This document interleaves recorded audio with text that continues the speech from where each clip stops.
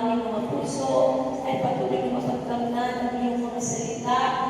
Lord God, walang masasayang na salita sa kaming ito, Panginoon. Kundi, Lord, ito po, Panginoon, ay magbunga sa aming mga buhay. Salamat po sa iyong mensahe, Panginoon. At ganoon din po ang aming, ikaw po ang magsasalita sa aming mga labi kung ano po ang aming ipag-pray sa kaming ito, Panginoon. Alam namin, Panginoon, na nandyan ka, Panginoon, at patuloy, Lord, na makikinig sa aming mga panalangin. Salamat po, Panginoon, na ang namin na ikaw ay nanguna na at natutumpay na sa gabi ito, Ama. Purihin ka, Ama, sa pangalan ng aming Panginoong Jesus. Amen. Let us pray. Father, we start in the EGR, showing lesson, salvation. Lord Jesus Christ, help us to be well, to do in the EGR, and then we glory to Lord, to do this, and then to fear God is to recognize Jesus is the Son of God, and then Christ, and then is to fear God. So, Lord, and also glory to God.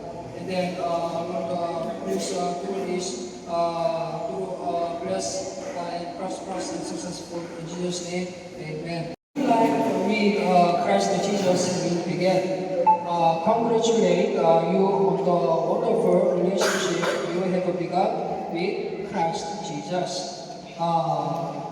Your acceptance of Jesus as Lord and Savior is the only way to our God, who is the only solution to our lives.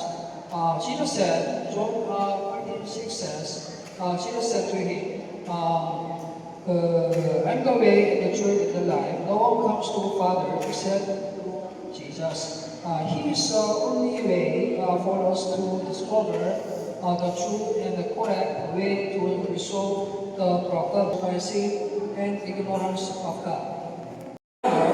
Of the blood and the love of Christ, we are forgiven of sin, sins of fraud, the chains of curses and sickness, and we live freely according to the right path and the purpose of God for our lives.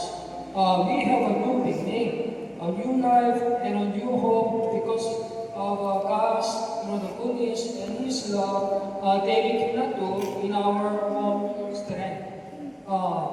For Matthew 26 and then 28 said, For this is my blood of the covenant, which is poured out for many for the forgiveness of sins. The series we will study will truly help us grow and know God. This is the beginning of life with a true relationship with Christ. First consolidation topic, salvation, safety. Salvation is the good news that God has given to mankind. It is the greatest expression of His love for each one of us. He died for us and gave His life so that we could be saved from our sinfulness. We have healing, a new life in Christ, and freedom from the chains and darkness, sin and curse. We have been forgiven of our sins through the blood of Jesus and the undeserved grace that comes from the love of God Almighty. This also gives us the right to become His children and have eternal life. John 3:16 says, For God so loved the world that He gave His only Son, that whoever believes in Him should not perish but have eternal life. Accepting Jesus as Lord and Savior, and truly deciding to be His follower is the right beginning in our relationship with our God. Our relationship with the true God also saves us from the wrong life, wrong path, and the hell where we must experience the punishment for our sins. Romans 6:23. Through the blood, love of Christ, we are forgiven and saved. We congratulate you on your life on choosing with Christ Jesus, who will never leave you nor forsake you. You cannot count on Him to be with you unceasingly every day. The love and guidance written in the Bible are always sufficient for a righteous life with Christ. Understanding the way to our salvation. John 14:6 says, Jesus said to him, I'm the way and the truth and the life. No one comes to Father except through Jesus. God loves us. Our salvation is a result of God's love for all of us. John 3:16 is a reference. He redeemed us from our sin. Our God is the one who made a way for our sins to be paid for. Romans 6:23 says, for the wages of sin is death, but the free gift of God is eternal in Christ Jesus our Lord. Jesus is our Savior. Only in Jesus and salvation be found. Ephesians 2:8-9.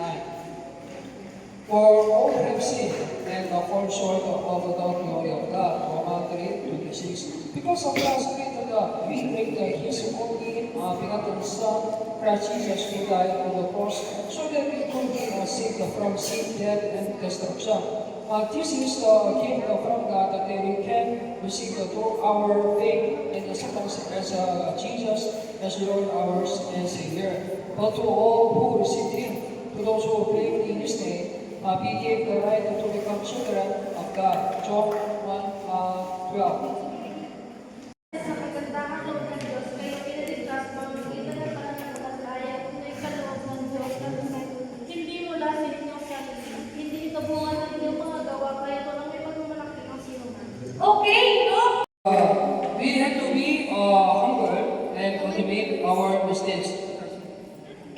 Una, ang personal na application natin ngayon ay una, kailangan maging mapagkumbaba tayo at aminin po natin ang ating mga pagkakamali sa ating Panginoon. Amen?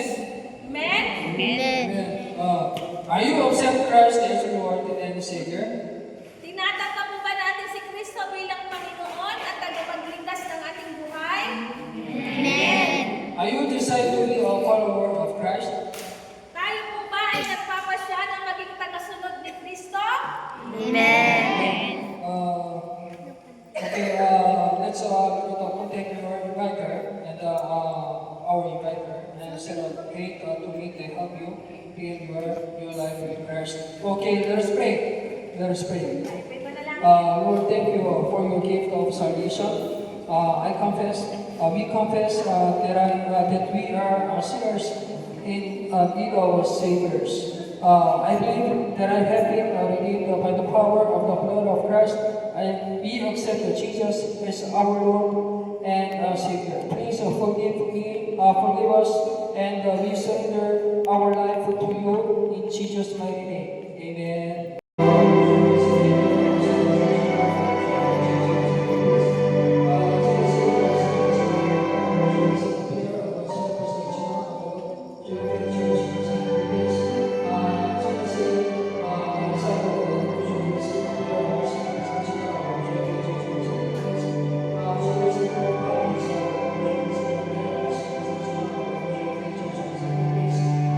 Jesus,